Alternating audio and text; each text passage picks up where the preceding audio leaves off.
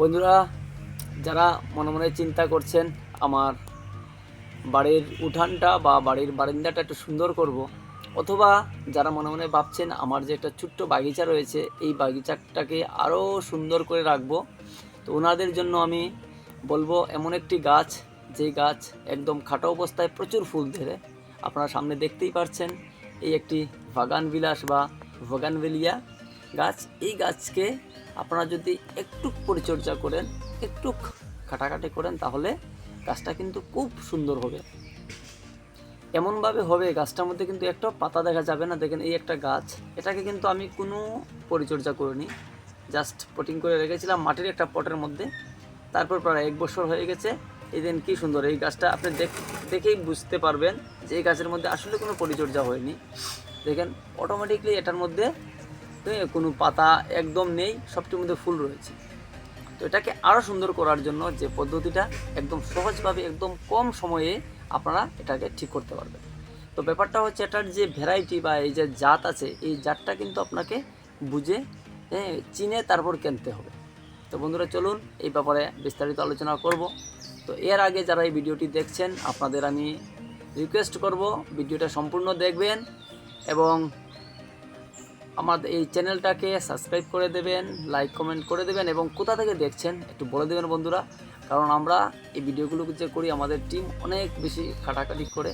তো আমরা যদি এগুলো জানতে পারি, আপনাদের কোথা থেকে দেখছেন জানতে পারি, তাহলে আমাদের খুব ভালো লাগে, খুব আনন্দ লাগে। তো বন্ধুরা, চলুন দেখা যাক কীভাবে কী করা যায়। বন্ধুরা, বাগানভেলিয়া গাছকে ঠিকভাবে সুন্দরভাবে ফুল ফুটানোর জন্য আমাদের মাত্র 3টি পদ্ধতি অবলম্বন করতে লাগবে। একদম সহজ 3টি পদ্ধতি, আপনারা ভালো করে খেয়াল করবেন। এই 3টি পদ্ধতি কি আমাদের খুব বেশি জানা লাগবে, খুব বেশি করতে লাগবে এমন কিন্তু নয় বন্ধু। তো প্রথম পদ্ধতিটা হচ্ছে, আপনারা যে কোনো জায়গা থেকে যে গাছটা বাছাই করবেন, এই গাছটাকে একটু চেনার যে পদ্ধতি, এটা আমি দেখিয়ে দেব। গাছটাকে চেনে তারপর কিনবেন আপনারা, নম্বর 1। নম্বর 2 হচ্ছে, এই গাছের যেখানের মধ্যে আপনি প্রতিস্থাপন করবেন, এই পটটা কীরকম হবে, পটটা বাছাই। দুটো জিনিস হয়ে গেল। আর 3 নম্বরটা হবে মাটি তৈরি। মাটির মধ্যে কিন্তু যেসব তথ্য দিবেন, এমন বেশি তথ্য লাগে না, আমি আপনাদের দেখিয়ে দেবো। একদম কম জিনিস দিয়ে একদম সাধারণ মাটি দিয়ে হয়ে যাবে। আর যারা পার্বত্য অঞ্চলে আছেন, আমাদের নর্থ ইস্টের দিকে, ত্রিপুরার দিকে যারা আছেন, ওনাদের জন্য তো খুব খুব ভালোভাবে করতে পারবেন। দেখবেন রাস্তার সাইডে আনাচে কানাচে খুব সুন্দর সুন্দর বাগানবিলাস গাছ ফুটে রয়েছে, খুব ভালো লাগে, খুব ভালো ভালো মানেরও রয়েছে। কিন্তু এর কারণ হচ্ছে আমাদের এখানের মাটিগুলো খুব ভালো, খুব উত্তম মাটি। এর জন্য কিন্তু সবচেয়ে ভালো মাটি হচ্ছে লাল মাটি, টিলা মাটি। টিলা মাটিতে খুব ভালো হয়। তো বন্ধুরা, চলুন এই 3টা জিনিস আমি বিস্তারিত বলছি। তো বন্ধুরা, দেখেন এই গাছের পাতার কালারটা একটু দেখে নেন। এটা কিন্তু একটা খুব ভালো মানের। আপনারা এই গাছের নামটা কি হতে পারে, আপনারা সব ভিডিও দেখবেন, দেখে তারপর আমাকে বলবেন। আমি কিন্তু নাম সম্পর্কে, এই গাছের জাত সম্পর্কে কিছু বলবো না, শুধু আমি পাতা দেখে কীভাবে চেনবেন এগুলো আপনাদের দেখাচ্ছি। এই দেখেন এই গাছের পাতার কালারগুলো দেখেন, এটা কিন্তু ডাবল কালার, ডুয়েল কালারের পাতা রয়েছে। এর ফুলের প্রকৃতিটা কি হবে, কালারটা এরকম হবে পিঙ্ক কালারের, কিন্তু খুব থুকায় থুকায় ফুল আসবে। যেখানে ফুল আসবে একদম থুকায় থুকায়, এখানে ফুল এসেছে একটা ফুল নয়, কিন্তু একদম থুকায়। এবার আপনি যদি পাতাগুলো কেটে দেন, তাহলে কিন্তু ফুলই দেখা যাবে এবং খুব ভালোভাবে ফ্লাওয়ারিং হবে। এই দেখেন এখানে আসছে কিন্তু একদম কতটুক 4 আঙ্গুল উপরে থেকেই কিন্তু ফুল আসা শুরু হয়ে গেছে। গেল একটা।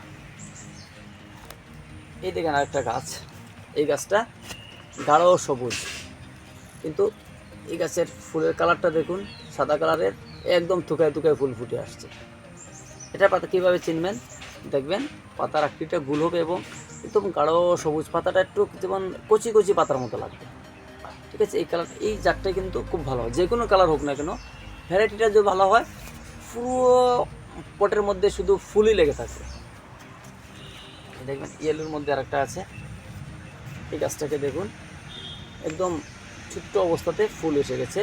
হ্যাঁ, এটাই কিন্তু সবুজ আর সাদা মিলিয়ে এর পাতাটা কিন্তু একদম গাঢ় সবুজ নয়, একটু হালকা সবুজ, একদম সাদার মধ্যে মিক্সড আছে, বোঝা যাচ্ছে।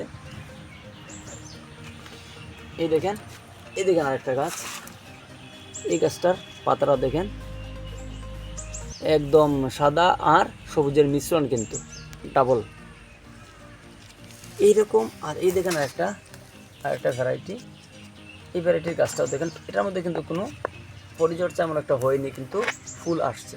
এখন আমি এই গাছটাকে যদি ভালো করে পরিচর্যা করি, দেখবেন ফুল আর ফুল হয়ে যাবে। আর এই দেখেন আরেকটা ভ্যারাইটি, এটার মধ্যে মানে ডুয়াল কালারের ফুল হবে, খুব সুন্দর। দেখেন পুরো হলুদের মধ্যে ভেরিগেটেড পাতাটা সাদা, হলুদ আর সবুজের মধ্যে, দেখতে পাচ্ছেন।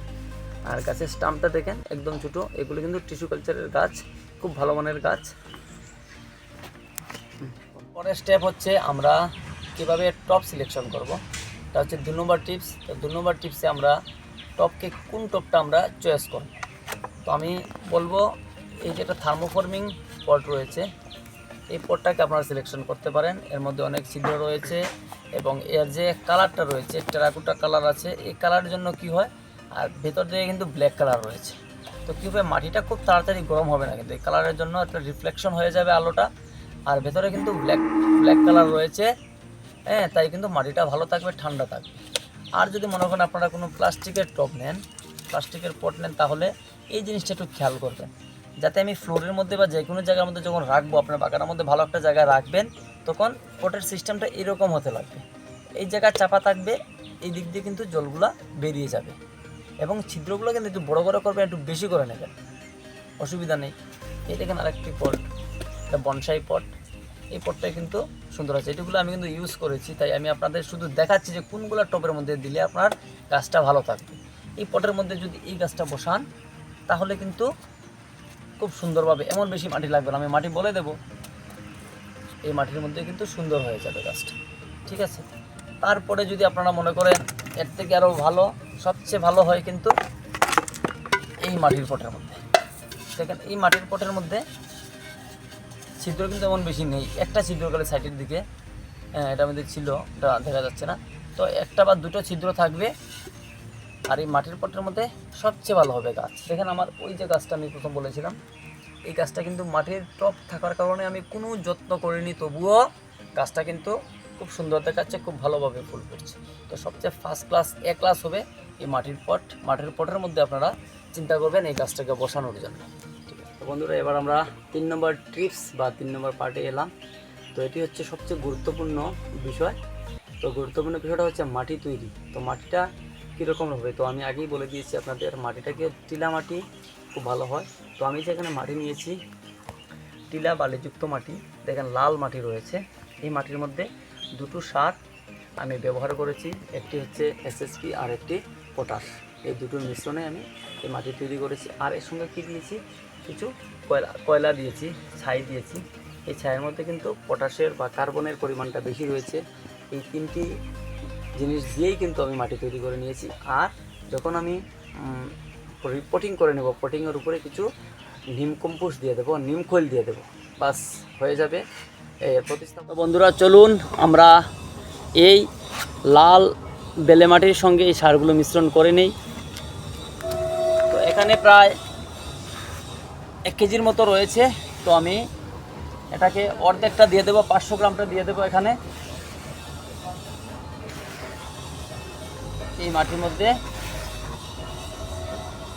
500 গ্রাম পটাশ দিয়ে দিলাম। আর বাকি এখানে কিন্তু 2 কিলো রয়েছে এসএসপি। এই এসএসপিকে ভালো করে মিক্স করে দিয়ে দেবো।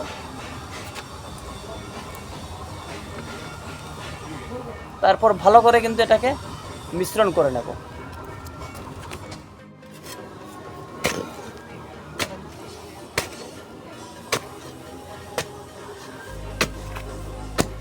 এই গাছকে, সুন্দর সুন্দর গাছ, আমাদের নার্সারি হচ্ছে উত্তর ত্রিপুরার পানিসাগরে। তো আমরা আপনাদের বাড়ির মধ্যে পৌঁছে দেবো এই গাছকে। এবং সুন্দর সুন্দর গাছ রয়েছে, ভালো ভালো মানের গাছ রয়েছে। তো বন্ধুরা, এই ভিডিওটি শেষ পর্যন্ত দেখার জন্য আপনাদের অনেক অনেক ধন্যবাদ। এবং সবাই সুস্থ থাকবেন, ভালো থাকবেন এই কামনা করে আজকের প্রতিবেদনটি এখানে শেষ করছি। নমস্কার।